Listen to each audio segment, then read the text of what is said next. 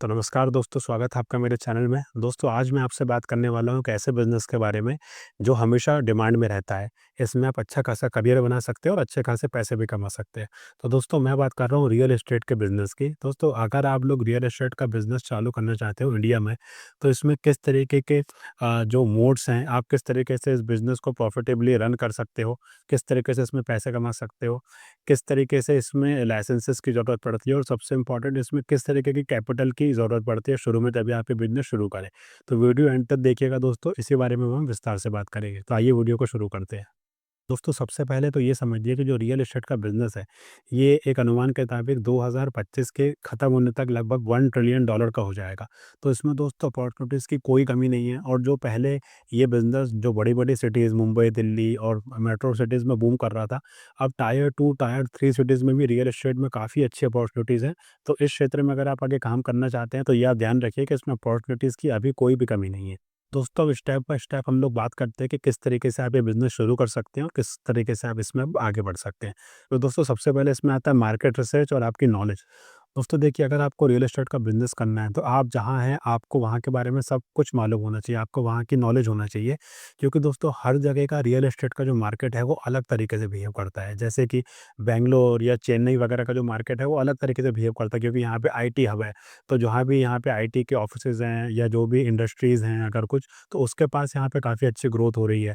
और क्योंकि यहाँ पे लोग बाहर से आके जॉब करते हैं, जैसे बैंगलोर में या पुणे में आपने देखा है, लोग अधिकतर बाहर के बच्चे आते हैं, जॉब करते हैं। तो वहाँ पे रेंटल इनकम काफ़ी अच्छी होती है, और रेंटल इनकम के लिए जो फ्लैट्स वगैरह होते हैं, उसमें रेंटल इनकम वहाँ से काफ़ी अच्छी जनरेट की जा सकती है। लेकिन अगर आप लोग टायर 2 और टायर 3 सिटीज़ की बात करें, जैसे भोपाल हो गया, इंदौर हो गया, नागपुर हो गया, तो दोस्तों यहाँ पे अफोर्डेबल हाउसिंग काफ़ी अच्छा ग्रो कर रहा है। ख़ास करके डुप्लेक्सेस वगैरह हो गया, या फिर जो प्लॉट्स की खरीदी-बिक्री होती है, वो इस तरीके की सिटीज़ में टायर 2, टायर 3 सिटीज़ में ज़्यादा अच्छी होती है। वहीं अगर हम लोग दिल्ली और मुंबई जैसे शहर की बात करें, तो क्योंकि दोस्तों वहाँ पे ज़मीन के रेट बहुत ज़्यादा होते हैं, तो वहाँ पे इंडिविजुअल हाउसेज़ या इंडिपेंडेंट हाउसेज़ की जगह जो फ्लैट्स होते हैं, उनकी खरीदी-बिक्री ज़्यादा होती है, रेंटल इनकम भी वहाँ होती है। तो दोस्तों, आपको समझना होगा कि किस शहर में किस तरीके की ग्रोथ हो रही है। प्लस आप जिस शहर में रह रहे हैं, वहाँ पे आपको ये भी थोड़ा-सा ध्यान में रखना पड़ेगा कि कहाँ पे मेट्रो का प्रोजेक्ट आने वाला है, या कहाँ से हाईवे बन रहा है, कहाँ पे मॉल्स आने वाले हैं, कि किस तरीके से उस एरिया में आगे ग्रोथ होगी। अगर ये सब जानकारी दोस्तों आपको अच्छे से होगी, तो आप आपके क्लाइंट्स को ज़्यादा बेहतर तरीके से समझा पाएँगे। तो दोस्तों, सेकंड पार्ट है लीगल और रजिस्ट्रेशन। दोस्तों, आप भी जानते हैं कि पहले जो हमारा मार्केट था, ये काफ़ी हद तक रेगुलराइज़ नहीं था। मतलब कहीं पे भी कुछ भी हो रहा है, कोई भी कुछ बेच रहा है, कहीं पे भी प्लॉटिंग हो रही है, लोग खरीद रहे हैं, बिक्री कर रहे हैं। उस समय स्कैम्स और ज़्यादा होते थे। दोस्तों, स्कैम्स अभी भी होते हैं, अभी भी काफ़ी हद तक काफ़ी जो परसेंटेज है मार्केट का, वो रेगुलराइज़ नहीं हो पाया है। लेकिन आपको पता है कि आजकल अगर आपको रियल एस्टेट में काम करना है, तो आपको रेरा से रजिस्ट्रेशन लेना ज़रूरी है, चाहे फिर बिल्डर हो, चाहे एजेंट हो। तो दोस्तों, आपके लिए मेरा यही एडवाइस रहेगा कि अगर आप भले ही एज़ एन एजेंट काम कर रहे हैं या छोटे-मोटे बिल्डर के तौर पे अपना करियर शुरू करना चाहते हैं, तो रेरा का रजिस्ट्रेशन ज़रूर ले लें। इससे होगा क्या कि जो भी लोग आपके पास आएँगे प्रॉपर्टी खरीदने या फिर आपसे डीलिंग करेंगे, आपका दोस्तों मार्केट में ट्रस्ट बढ़ेगा। क्योंकि सपोज़ कीजिए, अगर 10 एजेंट बैठे हैं और उनमें से 2 या 3 बंदे ऐसे हैं जिनके पास रेरा का रजिस्ट्रेशन है, तो आपका मार्केट में एक अच्छा रैपो बनेगा और लोगों का आप पे ट्रस्ट ज़्यादा रहेगा कि भाई ये लीगल तरीके से काम करता है। दोस्तों, अगर आप लोग इस क्षेत्र में अपना करियर बनाना चाहते हैं, तो शुरुआत आप लोग कई तरीके के मॉडल से कर सकते हैं। इसमें कई तरीके के बिज़नेस मॉडल है। इसमें सबसे पहला जो मॉडल है, वो होता है ब्रोकर एजेंट का मॉडल। यानी कि सपोज़ कीजिए, आप इसमें अपना जस्ट करियर शुरू कर रहे हैं। आपके पास कैपिटल ज़्यादा है नहीं, तो आप तो खुद लैंड खरीद नहीं सकते, फ्लैट्स या मकान आप तो खुद खरीद के बेच नहीं सकते। तो आप ऐसे में कैसे शुरुआत कर सकते हैं कि जो बिल्डर हैं आपके सिटीज़ के, या जो अच्छे खासे जो सोसाइटीज़ डेवलप कर रहे हैं, या जो मकान बना के बेच रहे हैं, आप उनके पास जाइए और उनको बोलिए कि भैया, मैं आपके मकान बिचवा दूँगा, मेरा अच्छा नेटवर्क है, मेरा अच्छा एक यहाँ पे पहचान है। तो अगर आप उनके सपोज़ कीजिए मकान बिकवाते हैं, तो आपको जो भी डील होगा उसका 1 या 2% आपको मिल जाएगा। तो इसमें आपका कैपिटल भी नहीं लगेगा, और शुरुआत में ये बहुत अच्छा तरीका है, क्योंकि आप अच्छा खासा कमीशन अर्न कर सकते हैं। दूसरा तरीका होता है दोस्तों, जिसको कहते हैं प्रॉपर्टी फ्लिपिंग।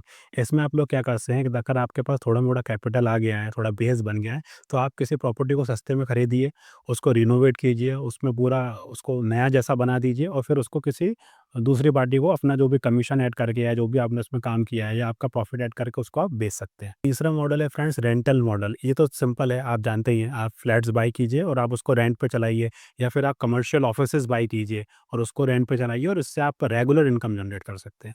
चौथा तरीका है दोस्तों लैंड इन्वेस्टमेंट का। ये हालाँकि इसके लिए आपको काफ़ी अच्छे खासे कैपिटल चाहिए। आप लोग क्या कर सकते हो, लैंड बाय कीजिए और जब उस लैंड का रेट बढ़ जाता है, तो आप उसको अच्छे खासे रेट में बेच सकते हैं। इसमें आप लोग क्या कर सकते हैं कि सिटी के बाहर जहाँ पे अभी लैंड सस्ती मिल रही है, लेकिन आपकी मार्केट में अगर अच्छी पकड़ है, आपको अच्छी नॉलेज है और आप जानते हैं कि इस क्षेत्र में 5 से 6 से 8 साल के बाद कोई प्रोजेक्ट आने वाला है या कुछ अच्छी ग्रोथ आने वाली है, मेट्रो का प्रोजेक्ट आने वाला है, तो वहाँ पे आप लैंड बाय कीजिए और 5-8 साल बाद जब रेट बढ़ जाते हैं वहाँ के, जब वहाँ पे ग्रोथ होने लगती है, आप वो लैंड को बेच कर निकल सकते हैं। अगला दोस्तों आप लोग जो बिल्डर्स हैं उनके साथ कोलैबोरेशन भी कर सकते हैं, चैनल पार्टनर बन सकते हैं। आप उनके साथ कोलैबोरेशन कर लीजिए कि भैया यहाँ पे आपकी सोसाइटी कट रही है, यहाँ पे आपके फ्लैट्स बिक रहे हैं, तो मैं आपके फ्लैट्स बिकवाऊँगा और ये मेरा जो भी कमीशन है वो रहेगा। इसमें आप क्या करेंगे कि पूरा as an marketing agent builder के लिए काम करते हैं। आप प्रॉपर्टी की मार्केटिंग भी करेंगे, जो आपके क्लाइंट्स हैं उनको लेके जाएँगे, मकान दिखाएँगे और जो भी आपका फिर डील रहता है जिस हिसाब से आप उसमें कमीशन अर्न कर सकते हैं। अगला दोस्तों पॉइंट ये है कि देखिए, रियल एस्टेट का बिज़नेस शुरू करने के लिए लोगों के मन में एक धारणा है कि इसमें आपको हैवी कैपिटल की ज़रूरत है। लेकिन दोस्तों ऐसा नहीं है। आजकल सोशल मीडिया का ज़माना है। आप शुरुआत एक ब्रोकर के तरीके से कीजिए और ब्रोकर बनने के लिए दोस्तों आजकल इवन आपको एक ऑफ़िस, या तो आप एक छोटा-सा ऑफ़िस ले लें या भले आप ऑफ़िस नहीं भी लेते हैं, आप जो कहते हैं ना डिजिटल स्पेस ले लें। आप है ना, आपका सोशल मीडिया पे एक पेज बना लें, इंस्टाग्राम पे एक पेज बना लें या यूट्यूब पे एक पेज बना लें और जो भी आपके सिटीज़ में प्रॉपर्टीज़ हैं उसको वहाँ पे मार्केट कीजिए। क्योंकि दोस्तों आप भी जान रहे हैं कि आजकल लोगों को जैसे मकान लेना है या कुछ भी चीज़ लेना है, गाड़ी लेनी है, कुछ भी लेना है, तो लोग सबसे पहले इंटरनेट पे सर्च करते हैं, इंस्टाग्राम पे देखते हैं। तो अगर आपकी इंस्टाग्राम पे, सोशल मीडिया पे अच्छी खासी पकड़ है, तो आप वहाँ पे मार्केट कीजिए और बिल्कुल छोटी-सी मिनिमम इन्वेस्टमेंट से आप इस बिज़नेस को चालू कर सकते हैं। अगला पॉइंट ये है कि इस बिज़नेस को चालू करने के लिए आपके पास नेटवर्क अच्छा होना चाहिए। दोस्तों देखिए, रियल एस्टेट में जो मेन काम करता है वो नेटवर्क ही करता है। जैसे-जैसे आप इस बिज़नेस में आगे बढ़ेंगे, आपके बैंकर्स से कॉन्टैक्ट बनेंगे, आपके लॉयर्स से कॉन्टैक्ट बनेंगे, आपके सीए से कॉन्टैक्ट बनेंगे। सपोज़ कीजिए आपने किसी को एक मकान दिलवा दिया, अब आप उसके जो लोन का जो प्रोसेस हो रहा है उसमें भी उसकी हेल्प कर रहे हैं, तो इस तरीके से आपका बैंक में कॉन्टैक्ट बनेगा और फिर बैंक में और फाइल आती है, बैंक में कस्टमर्स डायरेक्ट आते हैं, तो वहाँ से भी आप बिज़नेस खींच सकते हैं। सीएस के थ्रू, क्योंकि सीएस भी बिल्डर्स से अटैच होते हैं, तो वहाँ से भी आप बिज़नेस खींच सकते हैं। तो दोस्तों आपको नेटवर्क बनाना है, क्योंकि नेटवर्क इसमें आपकी सबसे बड़ी जो रहती है पूँजी रहती है। जितना स्ट्रॉन्ग आपका नेटवर्क रहेगा, उतना अच्छा आप इसमें आगे बढ़ सकते हैं। तो दोस्तों अगला पॉइंट ये है कि रियल एस्टेट का जो बिज़नेस है दोस्तों, ये है ना फास्ट मनी वाला बिज़नेस नहीं है। आप इसको इस तरीके से अगर लेके चलेंगे कि भाई इसमें आपकी रोज़ डीलिंग होगी, रोज़ अर्निंग होगी, तो दोस्तों आप फ्रस्ट्रेट हो जाएँगे। आपको दोस्तों इसमें पेशेंस रखना पड़ेगा, क्योंकि दोस्तों देखिए, सपोज़ कीजिए अगर आप एज़ एन कमीशन एजेंट काम करते हैं और आपकी जैसे भी फ्लैट की डील होती है, मकान की डील होती है, आपको उसमें कमीशन मिलता है। दोस्तों देखिए, जो भी रियल एस्टेट का बिज़नेस होता है, जो भी इसमें डीलिंग होती है, ये 50 लाख, 60 लाख, करोड़-करोड़ रुपए के फ्लैट होते हैं। मतलब डीलिंग का जो अमाउंट होता है, टिकट साइज़ जो होता है, वो हमेशा बड़ा होता है। इसलिए ज़रूरी नहीं है कि डेली आप कोई डील क्लोज़ करवाएँ। हो सकता है किसी बार ऐसा हो कि आपकी 1 महीने में 1 डील हो जाए और दोस्तों कई बार ऐसा भी हो सकता है कि आपको 1 डील क्लोज़ करने में 7 से 8 महीने लग जाए। तो आपको पेशेंस लूज़ नहीं करना है, आपको फ्रस्ट्रेट नहीं होना है। हालाँकि ये बात भी सही है, 7 से 8 महीने बाद जो आपकी डील होगी, हो सकता है वो 1.5 करोड़ की डील हो गई और उसमें आपको अगर 1 से 2% भी कमीशन मिलता है, तो साल भर के आपकी जितनी अर्निंग होनी है, वो आप एक डील में क्रैक कर सकते हैं। तो आपको फ्रस्ट्रेट नहीं होना है दोस्तों और इसमें लगन के साथ धीरे-धीरे आगे बढ़ते जाना है। तो दोस्तों एंड में मैं यही कहना चाहूँगा कि रियल एस्टेट एक ऐसा बिज़नेस है जिसे कोई भी शुरू कर सकता है। ऐसा नहीं है कि इसके लिए आपको कोई पर्टिकुलर डिग्री करने की कहीं से ज़रूरत है या कहीं से कोई कोर्स करने की ज़रूरत है। अगर आप लगन से काम करेंगे, पेशेंस के साथ काम करेंगे, तो चाहे आप एक स्टूडेंट हों, चाहे आप कहीं पे काम कर रहे हों, चाहे आप हाउसवाइफ हों, चाहे आप एक कॉलेज जा रहे हों, कुछ भी हो आप कर रहे हो, उसके साथ-साथ आप ये बिज़नेस शुरू कर सकते हैं। इसको फुल टाइम बिज़नेस भी आप बना सकते हैं।